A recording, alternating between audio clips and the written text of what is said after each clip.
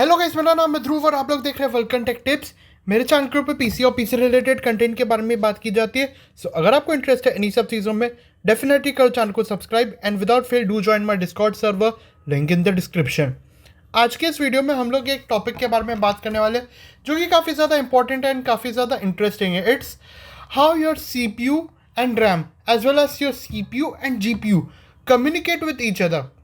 RAM and GPU एक साथ communicate नहीं करते होंगे, बट आपका सीपीयू और जीपीयू एक साथ कम्युनिकेट करता है एंड सीपीयू और रैम कम्युनिकेट करता है।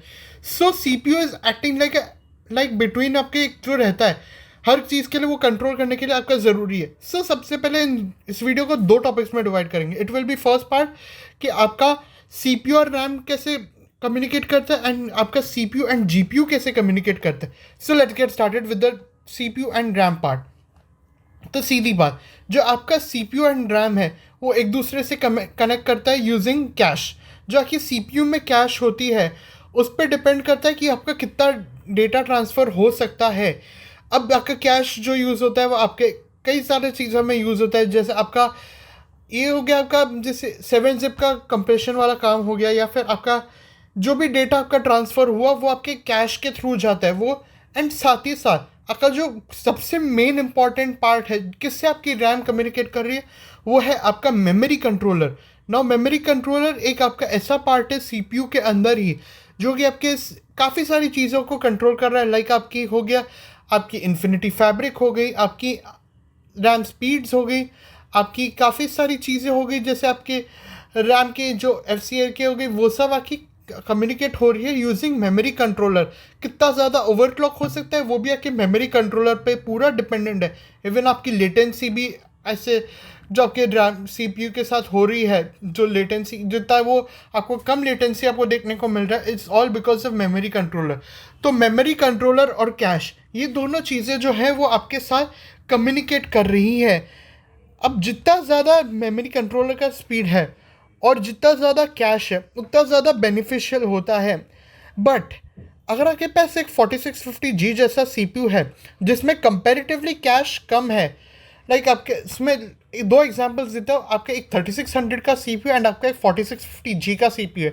3600 में आपको देखने को मिलता है 32 MB का level 3 cash, वेराज you get in 4650G around 12 MB of level 3 cash.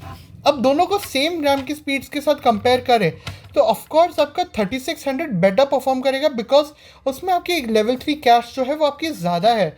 But if you want to overcome that flaw कि आपका वो बॉटलनेक हो रहा है आपका CPU किसी भी एंगल से, then simply you can overclock your RAM and it will perform even better than 3600। तो एक जगह पे अगर आपका कैश कम है बट आपका फ्रीक्वेंसी ऑफ मेमोरी ज़्यादा है, खैर वो तो काफ़ी ज़्यादा जगह काम आता है। जैसे आपका मोनोलिथिक हो गया, आपका चिपलेट हो गया डिज़ाइन, तो वो चीज़ पे भी आपका डिपेंडेंट है कि आपका रैम कैसे काम कर रहा है। वो चीज़ पे भी, या CCX डिज़ाइन है या आपका एक सब में एक ही में है, तभी आपका 4650G बहुत सारे वेरियस फैक्टर्स है जिसकी वजह से 4650G बेटर परफॉर्म करता है। बट जो कि कैश कम है वो चीज़ को ओवरकम ज़्यादा से ज़्यादा आपका मेमोरी कंट्रोलर का स्पीड आपका प्रोवाइड कर रहा है। तो ये तो हो गया कि ऐसे आपका कैसे आपका CPU और रैम आपका कम्युनिकेट कर रहा है। Now there are two parts to connect. एक आपका हो गया सिंगल रैंक एंड एक आपका हो गया डुअल रैंक। अब सिंगल रैंक में क्या होता है, जैसे एक रास्ता पकड़ो विद फुल ऑफ कार्स। अब एक गार्ड में आपका ये वन वे हो गया, वहाँ से आ रहा है जा रहा है, लाइक पूरा अपोजिट डायरेक्शन दोनों तरफ से हो रहा है एंड एक ही ट्रैक पे हो रहा है, तो वहाँ पे काफ़ी ज़्यादा ट्रैफिक जमा हो रहा है। सेम वे अगर आप ऐसे एक और लेन क्रिएट करते हो तो यहाँ पे एक जगह से डेटा इनपुट हो रहा है, एक जगह से डेटा आउटपुट ऐसे हो रहा है, लाइक अपोजिट डायरेक्शन के लिए अलग अलग लेन बन रहे हो, तो इतना ट्रैफिक जमा नहीं हो रहा। इन द सेम वे आपका जैसे एक 64 बिट पे मेमोरी बेस्ड होता है आपका रैम, एंड वो रैम आपकी एक जगह पे ऐसे बेस्ड अगर होगी तो अल्टीमेटली आपको बैंडविड्थ कम देखने को मिल रही है।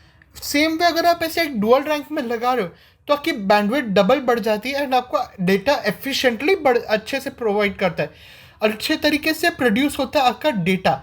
जो अगर आप ऐसे डुअल चैनल में अगर आप मेमोरी लगाते हो, इंटेल के केस में first and third slot are in the dual channel and whereas in Ryzen second and fourth slot are for dual channel memory. तो डुअल चैनल मेमोरी से आपके काफ़ी ज़्यादा आपको स्टेबिलिटी भी देखने को मिलती है, आपके 1% लॉस अच्छे हो जाते हैं कंपेयर टू सिंगल रैंक। और काफ़ी ज़्यादा मैंने आपको समझाया भी था अपनी मेमोरी वाली वीडियो में, how to choose a best memory, जाके आप वो चीज़ को देख सकते हो, लिंक इन द डिस्क्रिप्शन। अब ये तो हो गया आपके कैसे आपका सीपीयू और रैम आपका कम्युनिकेट कर रहा है। नाउ लेट्स टॉक अबाउट कि आपका सीपीयू और जीपीयू एक साथ कैसे कम्युनिकेट कर रहा है। सो फर्स्ट चीज़, इसको कनेक्ट करने के लिए क्या है, ये चीज़ यहाँ पे भी आपका कैश यूज़ हो रहा है, बट उससे भी पहले आपका क्या आ रहा है, जो चीज़ से आपको कनेक्ट हो रहा है, दैट इज सिंपली पीसीआई लेन। जो आपका पीसीआई लेन से लाइक आपका पीसीआई लेन 8 हो गया, पीसीआई लेन 16 हो गया, 16x स्लॉट हो गया, 8x स्लॉट हो गया। तो डिपेंडिंग अपॉन आपका जीपीयू का कितना बैंडविड्थ है और कितना वो बैंडविड्थ जाके आपके सीपीयू को प्रोवाइड कर रहा है, that's completely dependent upon PCI lane. अगर आपके समझो ऐसे 8x स्लॉट के अगला आपकी बैंडविड्थ, जैसे आपकी 1070 का कार्ड है, अगर आप उसको, खैर चलो इसके बारे में बाद में बात करते हैं, पहले बात करते हैं कि इन दोनों के कम्युनिकेशन के बारे में कैसे होता है। तो इनका भी कम्युनिकेशन कैश के थ्रू होता है एंड कुछ अमाउंट ऑफ वीरैम आपकी सीपीयू तक भी जाती है।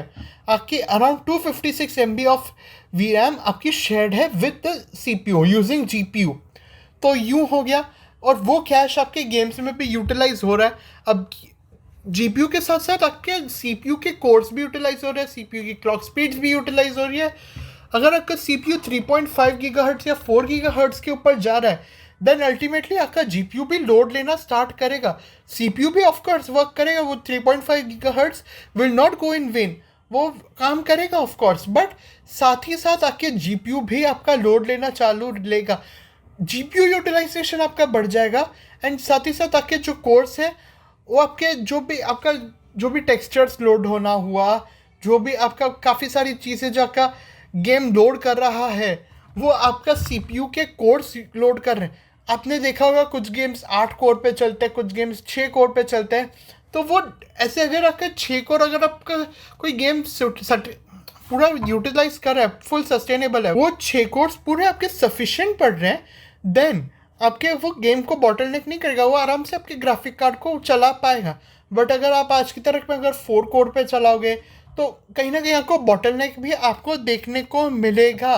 वो गेम्स को वो 4 कोर हैंडल नहीं कर पाएंगे, तो वो कोर्स भी यूज़ होते हैं कि जीपीयू के साथ। एंड यहाँ पे भी, अब यहाँ पे जो आपकी एक चीज़ और बॉटलनेक जो कर रही थी, वो थी आपकी वी रैम के साथ आपकी जो शेयर्ड वी रैम थी, वो काफ़ी ज़्यादा आपको कम देखने को मिल रही थी। तो अभी आपको काफ़ी ज़्यादा आपको ऐसी टेक्नोलॉजीज देखने को मिली है, जैसे smart access memory as well as resizable bar. तो वो क्या करते हैं, वो आके पूरी की पूरी ग्राफिक कार्ड की वी रैम, आकी पूरी की पूरी वी रैम आपके सीपीयू के साथ शेयर होते। तो पहले क्या होता था, आपकी सीपीयू के साथ रैम के साथ डेटा शेयर होता था, फिर आपके ग्राफिक कार्ड वो लोड करता था।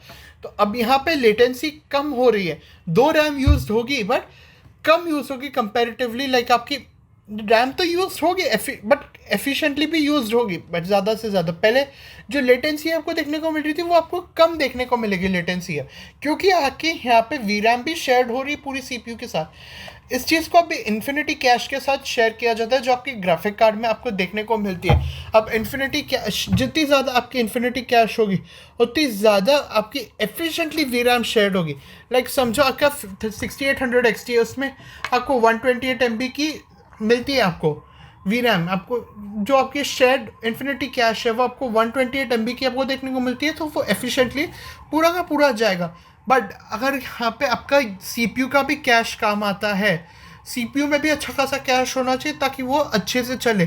3600 में कंपैरेटिवली आपको 36, जैसे सीपीयूज में Ryzen 5 3600 में आपको कंपैरेटिवली कम देखने को मिलेगा as compare to Ryzen 9 3900X और 5900X, क्योंकि इनमें 70 MB की लेवल 3 कैश होती है। तो ऐसे आपका सीपीयू और रैम एज वेल एज आपका सीपीयू और जीपीयू कम्युनिकेट करता है। अब बात करते हैं पीसीआई लेंस के ऊपर बारे में। तो जो आपका ग्राफिक कार्ड होता है, वो आपके स्पेसिफिक बैंडविड्थ पे काम करता है। अब वो बैंडविड्थ को पूरी तरीके से यूटिलाइज करना चाहिए, और वो स्पेसिफिक जनरेशन पे बेस्ड होता है आपका ग्राफिक कार्ड। कोई ग्राफिक कार्ड PCI Gen 3 पे बेस्ड होता है, कोई ग्राफिक कार्ड PCI Gen 4 पे बेस्ड होता है। अब यहाँ पे अगर आप PCI Gen 4 का आप देखो 8x लो, तो वो आपके एज यूजुअल आपको 16x जितनी परफॉर्मेंस देगा। तो वो आपको अच्छी खासी बैंडविड्थ प्रोवाइड करा सकता है। बट अगर आपका PCI Gen 3 बेस्ड कार्ड है एंड आपका कोई 2080 Ti जैसा कार्ड है जो 16x का आधा भी यूटिलाइज नहीं कर पाता बैंडविड्थ, तो वहाँ पे आपको 8x में भी लगाओगे तो आपको कोई दिक्कत नहीं आएगी। तो हाँ, यहाँ पे भी PCI लेंस के थ्रू ही आपका काम पूरा होता है। आपको CPU के पिन्स आपको देखने को मिलते हैं जो कि आके ये कनेक्ट करते हैं। वैसे तो हर चीज़ के आपको पिन्स देखने को मिलेंगे। USB पिन आपको देखने को मिलेगा, आपको VRM के लिए पिन देखने को मिलेगा, आपको CPU टेम्परेचर जो रहेगा वो तो CPU टेम्परेचर की बात नहीं है यहाँ पे। और भी चीज़ें जैसे आपकी काफ़ी सारी चीज़ें मैं अभी गिनाने जाऊँगा तो बहुत सारे निकल जाएंगे। आपके USB हेडर्स के पिन्स हो गए, तो वो भी हर पिन का एक अलग अलग यूटिलाइजेशन होता है। इसके बारे में कभी और बात करेंगे कि आपका कौन सा पिन कहाँ काम आता है। बट यहाँ पे आपको PCI लेंस के लिए भी पिन के स्पेसिफिकली मैं बता रहा हूँ कि आपको मिलते हैं। आपको PCI जेन का भी लेन देखने को मिलता है, तो वो कंट्रोल होता है आपके CPU के थ्रू भी। तो वहाँ पे मदरबोर्ड के ट्रेसेस आपको देखने को मिलेंगे जहाँ पे PCI लेंस के अंदर ही, PCB के अंदर ही, एज वेल एज आपको मदरबोर्ड के भी ये ट्रेसेस आपको देखने को मिलेंगे। तो ये ही हो गया कि आपका CPU और रैम और आपका CPU और GPU कैसे कम्युनिकेट करता है। कोई दिक्कत है, do let me know in the comment section, I will help you sure. इसी के साथ वीडियो को एंड करते हैं। अगर आपको वीडियो पसंद आई तो do like, share and subscribe as always, and see you in the next video. Thank you guys and bye bye.